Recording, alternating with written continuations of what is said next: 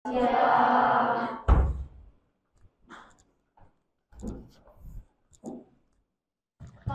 asana. Tangan jari. Om Swastiastu. Nah, sebelum kita mulai kegiatan ya, jadi seperti biasa, apapun kegiatan yang kita lakukan, lebih baik kita awali dengan doa. Silakan ketua kelas, mulai doanya. Teman-teman, berdoa dimulai. Berdoa. Oke. Gimana kabar kalian hari ini? Baik. Oke. Nah, sebelum kita mulai, jadi sebelum kita mulai, alfabetnya Bapak mau ngabsen kalian. Siapa yang absen hari ini? Ada 2 orang. Siapa? Umas sama Abi. Umas sama Abi. Umas absen berapa? Absen 20. Abi absen 33. Abi absen 3. Oke. Jadi 2 orang ya. Umas mana? Umasnya lagi ada lomba. Lomba. Kalau Abi? Abinya lagi ada jodoh. Sudah. Berarti kedua-duanya izin ya. Iya. Nah, selanjutnya coba deh kalian cek di sekitar kalian udah bersih belum? Kalau belum bersih, ya mungkin ada bekas makan, kalian lagi istirahat, boleh dibersihin dulu, dikumpul-kumpulin sampahnya, biar enak kita belajar. Udah? Ya, dikumpul-kumpulin sampahnya dulu. Nah, jadi untuk kita belajar hari ini, kita lanjutkan yang pertemuan kemarin ya. Jadi pertemuan kemarin kita udah belajar yang namanya tumbuhan spora atau kita sebut sebagai sporophyta. Nah, sebelum kita lanjut ke materi yang akan kita bahas ini, masih ingat nggak kalian apa sih sebenarnya ciri-ciri umum dari kingdom plantae? Silahkan. Tersusun atas sel eukariotik, merupakan organisme multiseluler, Ya. mempunyai dinding sel yang tersusun atas Oke, selulosa, 3. mempunyai klorofil, dan bisa membuat makanan sendiri. Dan bisa membuat makanan sendiri. Oke, jadi masih ingat ya, ada 5. Jadi dia eukariotik, memiliki dinding sel, multiseluler, terus autotrof karena punya klorofil.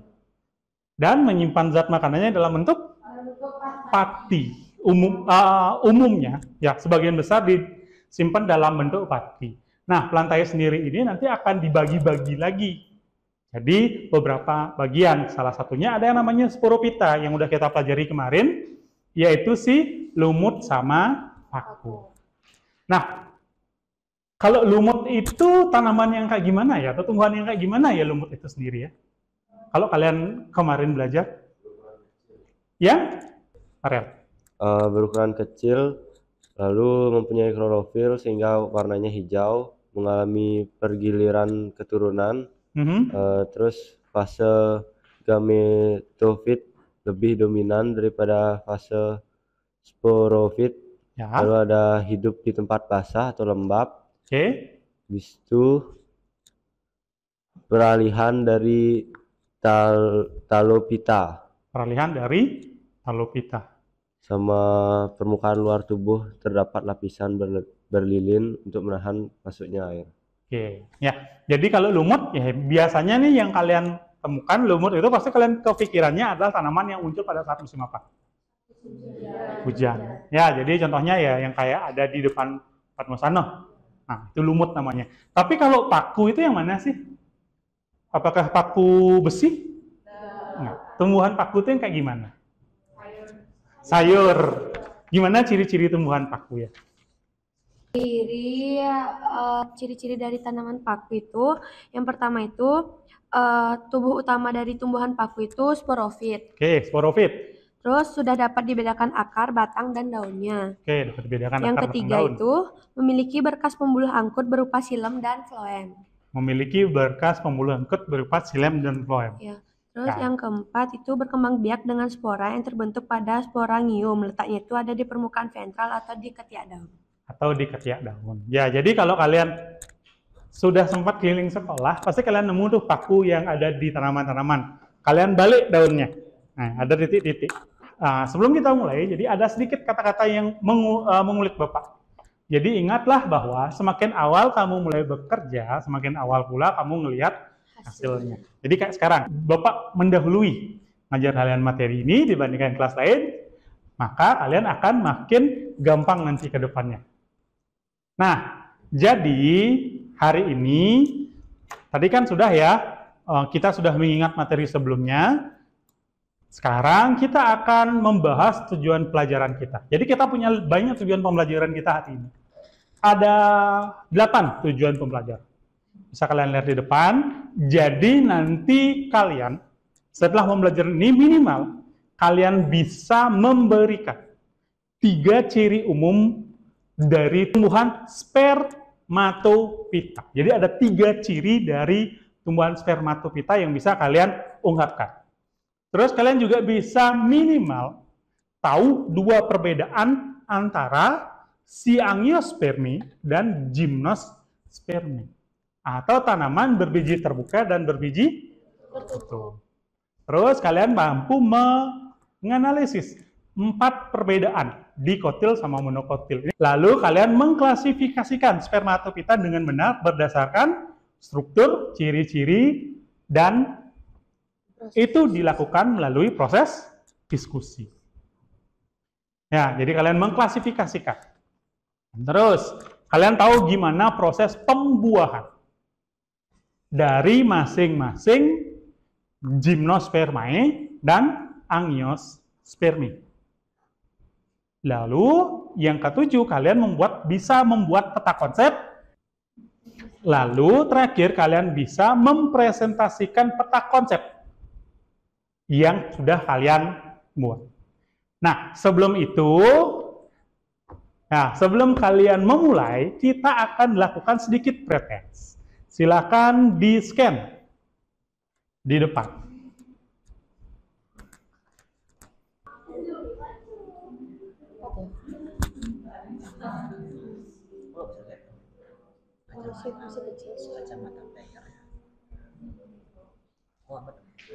Sudah semuanya selesai? Siapa yang belum? Ada lagi satu nih yang belum nih. Ayo dia. Sudah? Sudah selesai semua? Sudah. Oke, Bapak M ya.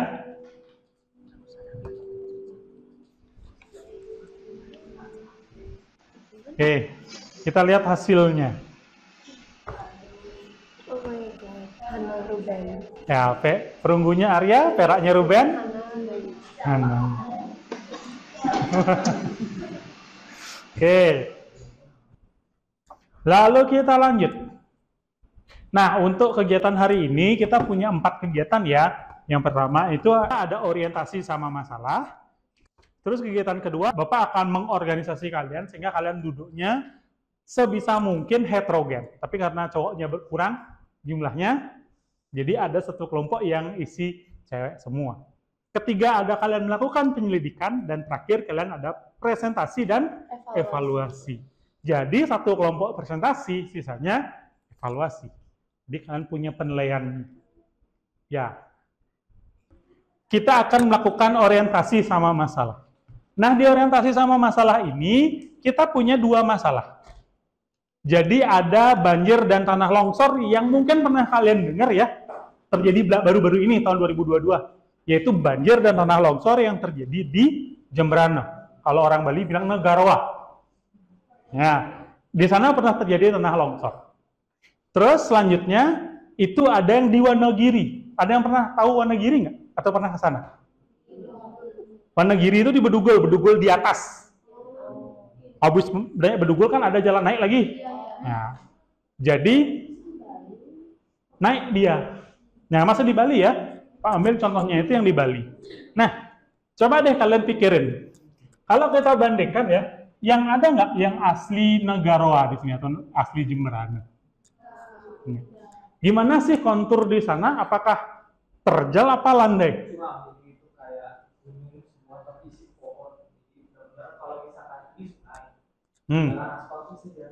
Jalan ya, atau enggak? Jadi kan curam ya.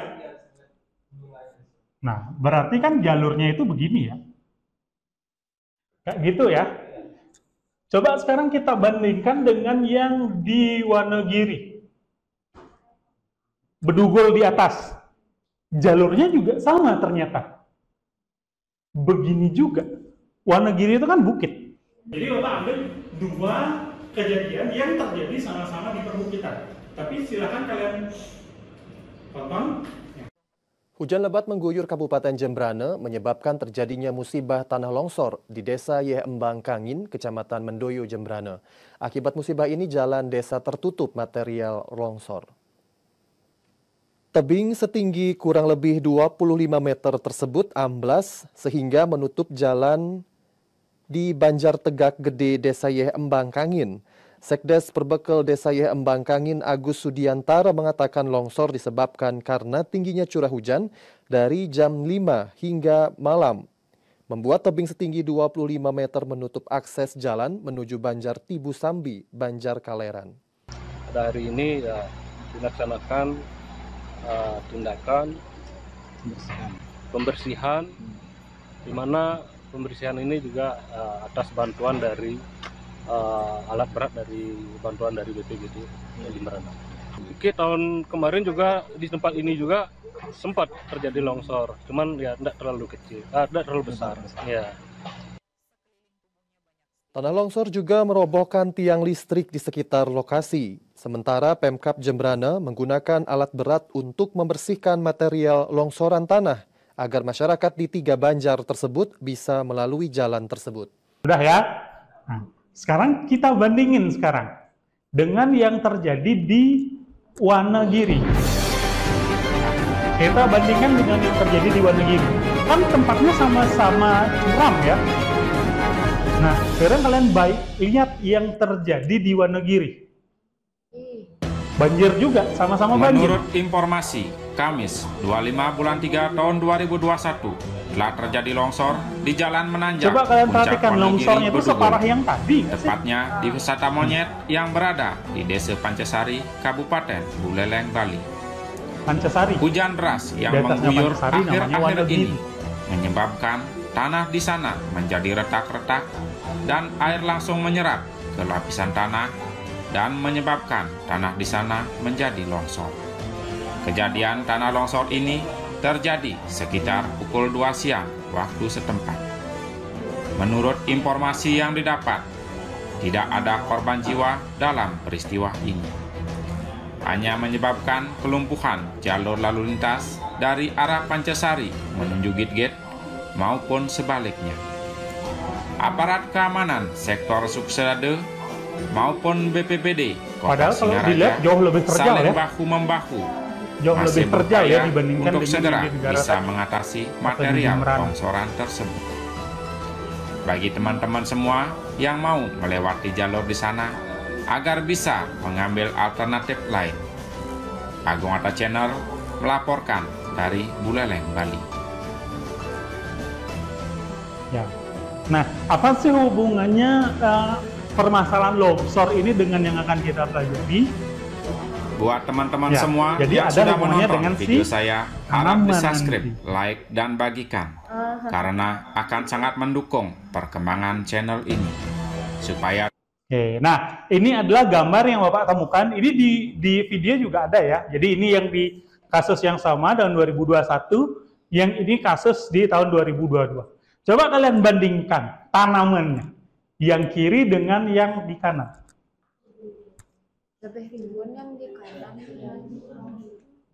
Yang di Jembrana itu banyak pohon apa sih? Yang pernah ke Wonogiri siapa di sini ya? Atau ke Buleleng? Kalian lihatnya pohon apa aja di sana? Besar-besar. Di sana ada pohon apa ya? Cengkeh. Tahu cengkeh? Nah, di sana cengkeh ada, pinus ada. Terus kayak pohon durian di sana banyak tuh. Ya, pohon-pohon yang gede-gede yang bonyetnya banyak-banyak. Nah, di sana. Ya, itu kalau kalian perhatikan, kalau di negara ini kira-kira apa sih banyak pohonnya di sana? Pisang. Pisang, kelapa, apa lagi? Yang di negara apa yang lagi? Kelapa sawit, pisang, kelapa biasa. Nah, sekarang buat kelompok kerja. Satu kelompok isinya maksimal 4 orang. Sudah berempat? Sudah. Nah, min 1, 3 orang ya maksimal ya. Kalau kurang boleh, lebih jangan. Jadi kelompoknya harus heterogen, 3 kelompok sudah heterogen, 1 kelompok belum. Karena kita kekurangan laki-laki. Ya. Nanti kalian tunjuk salah satu orang jadi timekeeper. Timekeeper ini kayak ketua kelompok. Di mana nanti mereka akan membatasi kalian sampai kapan kalian diskusi. Karena waktu kita diskusi kan terbatas ya, kita cuma 2 jam pelajaran 90 menit. Lanjut, setiap kelompok akan Bapak bagikan 1 lembar LKPD. Jadi Bapak kumpulkan, bagikan dulu. Ya, setiap kelompok dapat masing-masing 1 LKPD.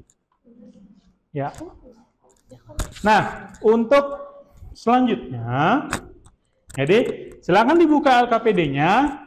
Nah, dari masalah yang sudah kita lihat tadi bersama-sama, sekarang waktunya kalian menyelidiki. Yang kalian selidiki itu apa? Nanti kalian akan mendiskusikan. Pertama, setelah kalian apa sih garis besar dari permasalahan yang kalian amati? Apa inti permasalahannya di video itu? Satu orang? Silakan. Itu ada hujan atau sebutannya tanah menyerap air terlalu banyak, jadi retak terus longsor. Terus retak terus Longsor. Ada perbedaan nggak tingkat longsornya di antara 2 video itu? Untuk yang di Jembrana dia lebih parah longsornya, dia sampai nutup jalan, jadi sebenarnya nggak bisa karena itu jalan satu arah. Terus untuk satunya lagi dia cuma ngejatuhin, jadi dia nggak terlalu parah kondisinya. Yang satunya tidak terlalu parah. Ya, jadi yang di Wonogiri itu tidak terlalu parah. Meskipun dia itu lebih ke bukit, lebih terjal dia dibandingkan dengan yang di Negara. Negara itu cuma 25 meter. 25 meter itu kurang lebih ya mungkin gedung 3 tingkat lah. 3 atau 4 tingkat. Nah, kalau jenis tanaman apa sih yang kalian temukan? Misalkan yang di Negara yang banyak kalian temukan apa? Pisang, kelapa sawit. Kelapa sawit, apa lagi? Pisang, itu aja. Kalau kalian lihat nggak ada tanaman merambat di sana?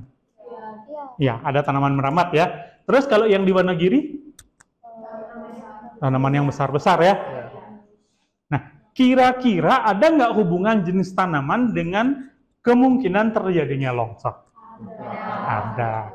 Nah, nanti kalian diskusikan ini. Nah, diskusikan dalam kelompok. Dan ada pertanyaan di LKPD yang harus kalian jawab. Coba dicek LKPD-nya.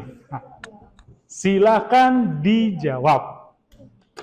Nah, untuk memandu diskusi kalian, ya, Bapak sudah menyiapkan beberapa bahan yang bisa kalian gunakan. Ada 3 video dan 1 bahan ajar. Silakan kalian mau scan, silakan didiskusikan mulai dari sekarang. Nanti setelah kalian diskusi itu, jawab dulu, kalian akan buat peta konsep. Oke, silakan dilakukan diskusi.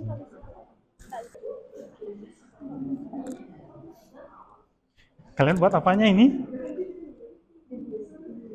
Jenis tumbuhannya. Pisang dan kelapa sawit.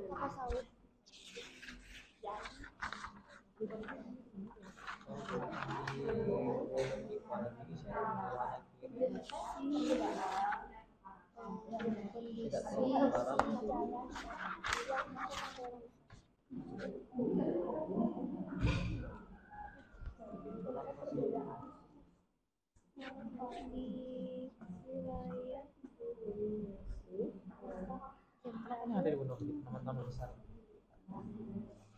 Dan lucu kali huruf Jembrana.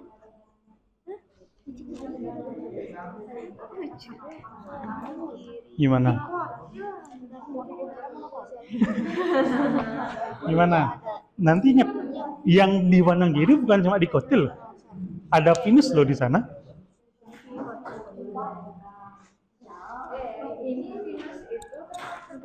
Pinus itu masuk apa? Gymnospermae. Ciri Gymnospermae apa ya? Akar daun beruning sama dengan betul. Tunggang. Kalau misalkan anjir. Masa nggak ada cirinya? Coba dicek di modul yang Bapak kasih. Ya. Yang di sini gimana? Apa sih Pak? Kalau yang nomor 2 tuh jenis tanaman itu kayak pisang. Ya. Tadi Dikelompokkan ke ya. gini, di Jembrana kalian tuh lihat tanaman apa sih? Jembrana kebanyakan akar serabut. Akar serabut apa? Kelapa, pisang. Nah, tulis tuh semua di sana. Kalau kalian sempat menklasifikasikan, boleh kalian klasifikasikan. Kalau enggak juga nggak apa-apa. Ya, kingdomnya apa? Filumnya apa? Kalau sempat, kalau bisa boleh. Kalau enggak apa-apa.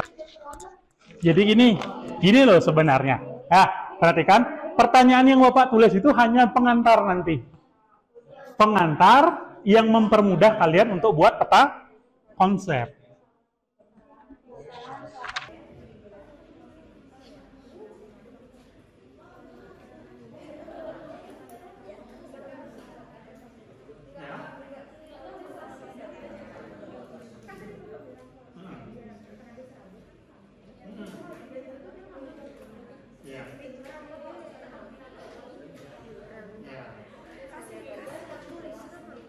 Karena di permukaan.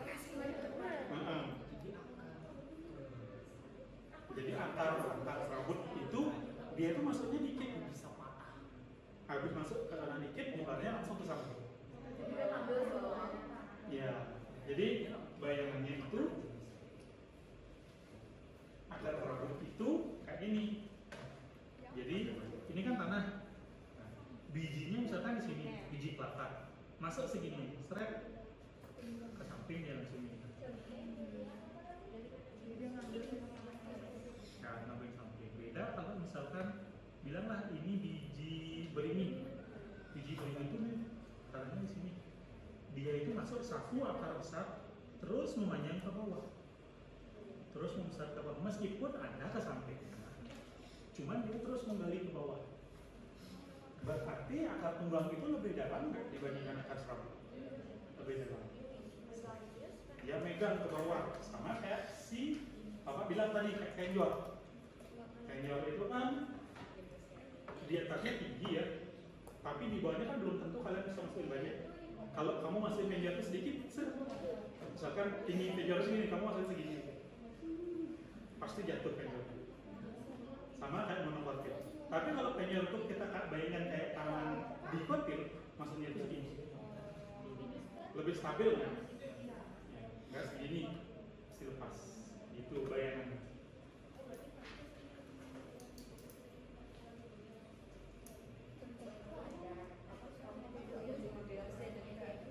Pak, saya nggak bisa bikin peta konsep, nggak bisa gambarnya. Peta konsep nggak harus gambar. Jadi contohnya itu kayak gini. Bapak buat di sini deh. Misalkan monokotil. Di sana permintaannya apa? Kan sudah Bapak kasih rubriknya ya. Misalkan diminta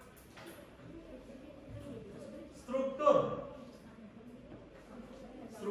dari monokotil itu gimana? Misalkan akarnya serabut. Segini aja boleh. Boleh kok segini aja. Kalau kalian tambahkan misalkan akar serabut itu gimana? Misalkan kalian buat akar serabut itu begini. Nah, ada yang turun.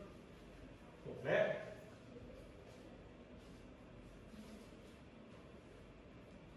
Terus daunnya. Misalkan kalian nemunya daunnya itu ada 2. Misalkan menyilip. Biar nggak Bapak salah deh. Sejajar dan melengkung. Kalian nggak buat daunnya pun nggak masalah. Kalau buat juga nggak masalah. Misalkan daun sejajar itu kayak daun pisang. Buat aja daun pisang. Udah.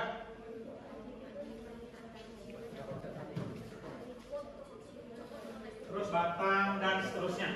Udah satu kita konsep. Kita lanjut ya. Jadi ini kan sudah.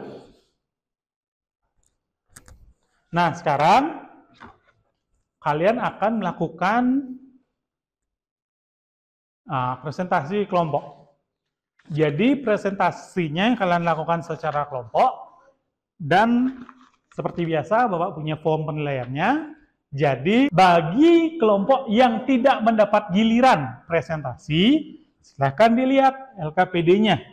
Di sana ada form untuk penilaian presentasi. Silakan dinilai presentasi teman-temannya. Ya, silakan. Kelompoknya Bapak tunjuk aja ya. Jadi kelompok 3 dulu. Silakan maju ke depan. Om Swastiastu. Om Swastiastu. Perkenalkan, kami dari perwakilan kelompok 3. Jadi kami di sini akan menjelaskan tentang peta konsep yang telah kami buat mengenai tumbuhan difodil. Jadi kita akan menjelaskan dari ciri-cirinya, cara produksinya, dan juga klasifikasi tumbuhannya. Kita bisa mulai dari ciri tumbuhan.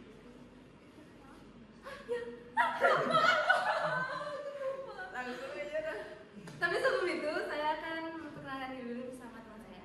Perkenalkan, nama saya Ibu Sri Anda Improvisasi, dipanggil Anda. Saya sama Ibu Karnia Jayadi Putri, biasa dipanggil Aren. Dan juga terdapat dua teman kami yang tidak dapat melakukan presentasi, yaitu Arya Dewi dan juga Farel Mahesa. Jadi untuk presentasi kami, yang pertama akan membahas mengenai ciri-ciri terlebih dahulu.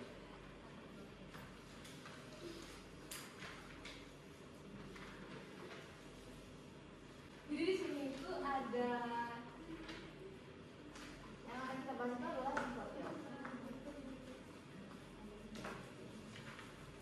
Di sini kan sangat kita akan membahas tentang ciri-ciri dari difodil. Yang pertama, dia itu artinya di itu dua, atau kita bisa sebut itu berkeping dua, tanaman berkeping dua.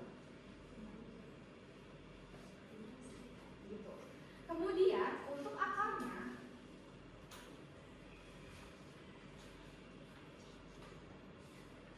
untuk akar difodil itu dia akarnya tunggal. Jadi dia itu masuk ke tanah, dia memanjang, tidak ke samping seperti akar serabut. Seperti akarnya itu akar tunggal.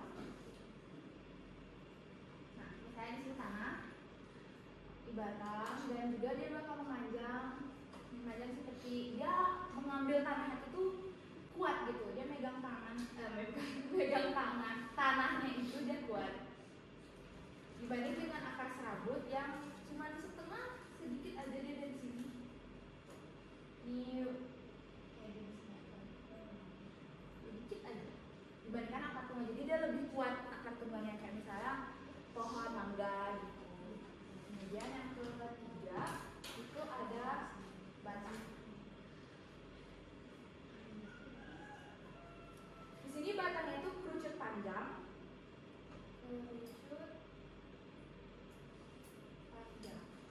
Seperti tanaman pinus. Jadi kalau tanaman pinus itu tuh dia kayak kecil, tapi dia kayak gitu. Dia runcing ujungnya kayak kerucut, tapi dia memanjang. Kemudian dia juga bercabang dan berkambil.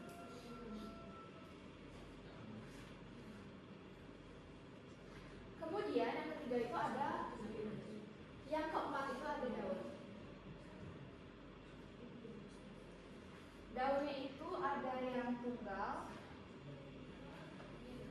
atau majemuk. Kemudian tulang daunnya, daun menyirit atau menjadi. Menjadi itu seperti tanaman singkong. Jadi dia kayak gini, kayak tangan sih. Jadi runcing, tapi dia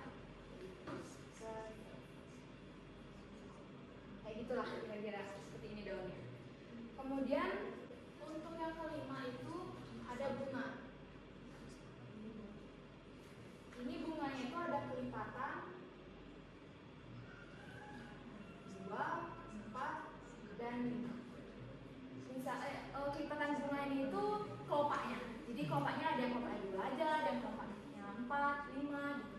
Tapi untuk tanaman bunganya itu kami belum sempat melihat itu tanaman apa, jadi kalian bisa coba cari tahu juga.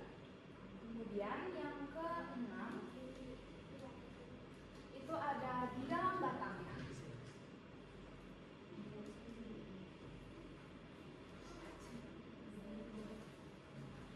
Dia memiliki kambium.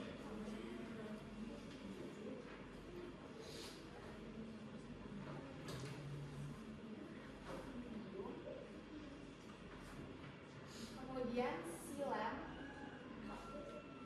ataupun dan flowernya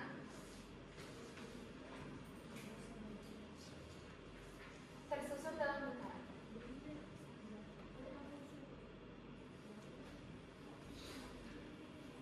Nah, yang memiliki kambium ini dia dapat mengalami pertumbuhan sekunder. Kemudian yang silam-silamnya tersusun dalam lingkaran. Untuk yang ciri-ciri hanya ada 6 yang kita dapat temukan tadi setelah kami diskusi. Kemudian kita akan lanjutkan ke cara reproduksinya. Segitu ya proses presentasi dari kalian. Jadi udah semuanya maju ke depan. Sekarang kita masuk ke pemecahan masalah. Jadi menurut kalian dari kasus yang di awal tadi dan setelah kalian buat peta konsep, kira-kira jenis tanaman yang bisa mencegah banjir itu tanaman jenis apa ya? Tunggu dulu. Gininya Bapak, mana lagi satu ya? Oke, siapa? Ya, silakan. Yang bisa untuk mencegah banjir serta tanah longsor itu adalah tanaman yang berjenis Gymnosperma serta tanaman jenis Angiospermae yang berjenis tanaman dikotil. Berjenis tanaman dikotil. Nah, pertanyaan selanjutnya. Yang lainnya, kira-kira kenapa sih tanaman tersebut bisa mencegah terjadinya banjir atau tanah longsor? Silakan, Dila. Jadi seperti yang tadi saya jelaskan itu, kalau misalnya yang sesuai untuk mencegah terjadi banjir atau tanah longsor itu kan kita perlu akar yang dia itu dapat mencengkeram tanah dengan kuat. Jadi kita perlu akar yang akarnya tunggang bukan serabut. Jadi kalau misalnya akar tunggang, dia kan panjang, dia lurus sampai mencengkeram ke bawah, sampai dia benar-benar kuat sama tanahnya. Kalau misalnya serabut, dia cuma di atas permukaannya aja, jadi kayak dia kalau misalnya kena angin atau kena hujan, dia langsung rebah kayak langsung jatuh. Karena dia cuma sebentar, cuma sedikit dia ngambil tanah untuk dicengkeram. Karena kalau akar tunggang, dia banyak, jadi dia nggak bisa langsung pakai semua. Ya, jadi hubungannya dengan si akar. Ya, jadi ya dua jawaban tadi, kedua-duanya benar. Nah, kenapa sih tanaman yang akarnya serabut itu kuat menahan longsor? Benar, pertama karena akar. Secara umum akar serabut itu tidak kuat megang tanah. Yang kedua, kalau yang punya tanaman itu punya akar serabut dan juga sifatnya tinggi, batangnya tinggi, itu maka makin mudah untuk membuat tanah semakin cepat aus. Karena kan batang tinggi kan yang harus ditopang dengan akar yang kuat. Sama seperti bangunan. Kalau bangunan makin tinggi bangunannya, akarnya atau pondasinya harus makin dalam, makin kuat. Makanya kalau kalian lihat bangunan-bangunan tinggi, pasti dia punya sesuatu yang namanya pondasi di bawah tanah. Namanya apa ya biasanya? Basement. Sama, basement itu adalah akarnya si bangunan. Sama seperti si tumbuhan. Ya. Nah, sekarang kita nutup.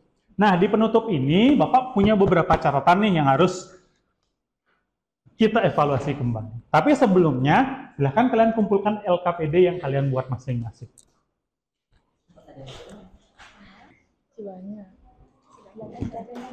Oke, jadi kalau Bapak ya, jadi semua yang kalian buat itu sudah bagus.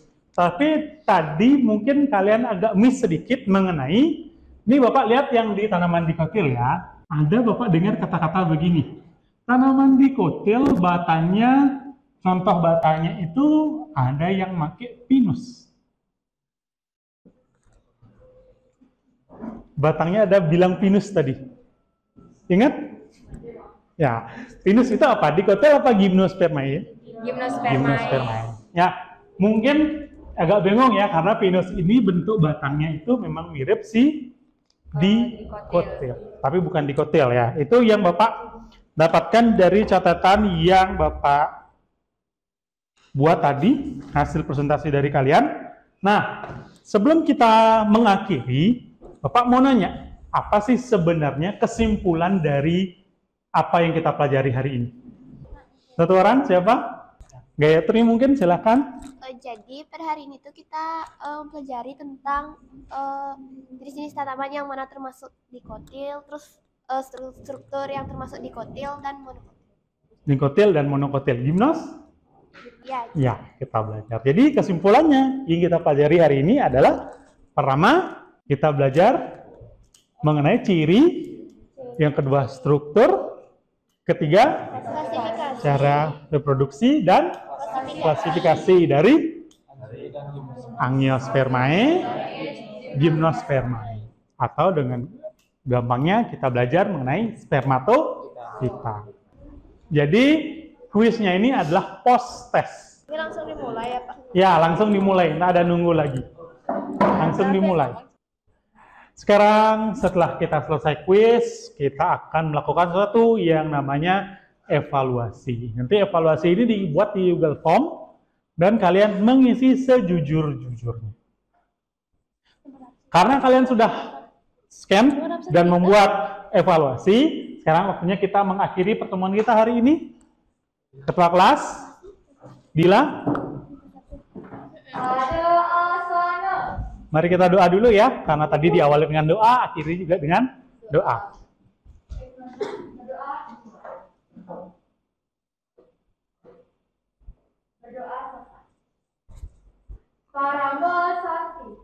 Om Santi Santi Santi.